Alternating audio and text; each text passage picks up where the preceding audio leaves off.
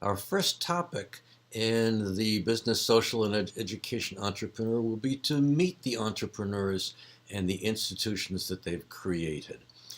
We'll talk about the kinds of entrepreneurial ventures and the characteristics of the people who create them. So, first, what do I call an entrepreneur here? Let's call them an innovative entrepreneur. And there are three characteristics. First, the innovative entrepreneur makes something new, creates something new, a new product, a new process, finds a new market, but there's something new. The person isn't just creating a new gas station franchise or something that's already been done and is common. Then, as an entrepreneur, they create an institution that embodies or embeds what they've done that's new. Uh, and sometimes it's embedded in an existing institution, but it's the institution that takes this innovation and creates an impact with it. So Jeff Bezos had an innovative idea to sell books over the internet.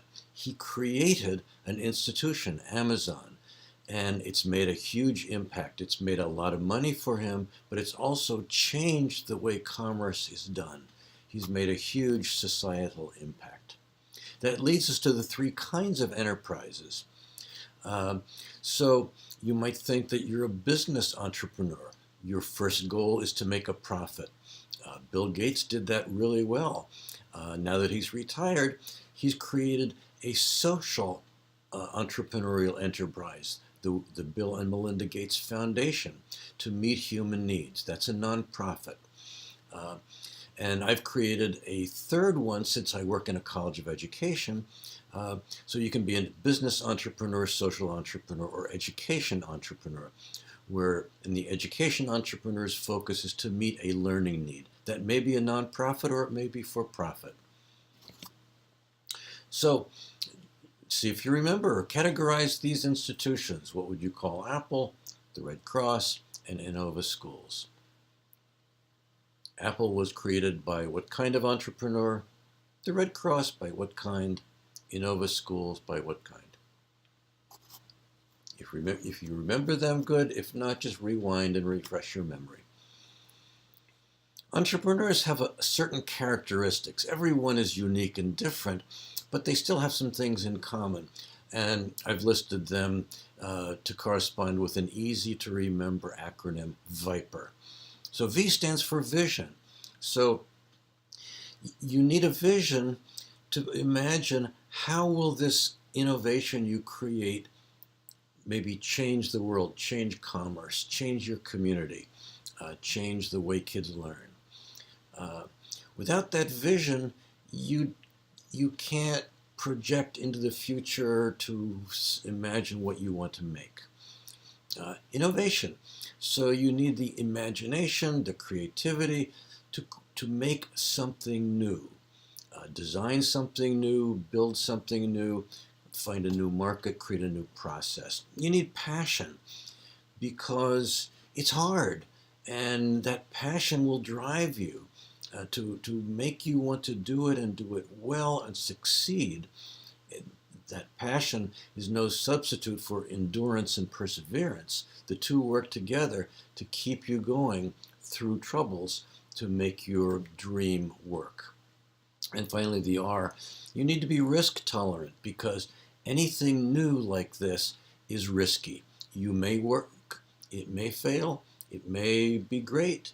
You have no way of knowing in advance. You have to accept the risk that it may not work the way you want.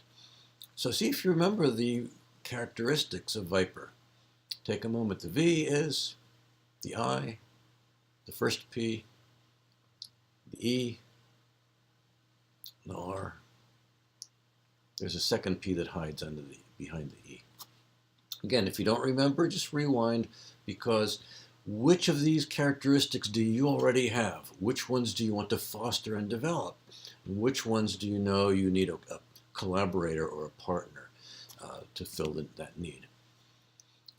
So I've mentioned three topics here.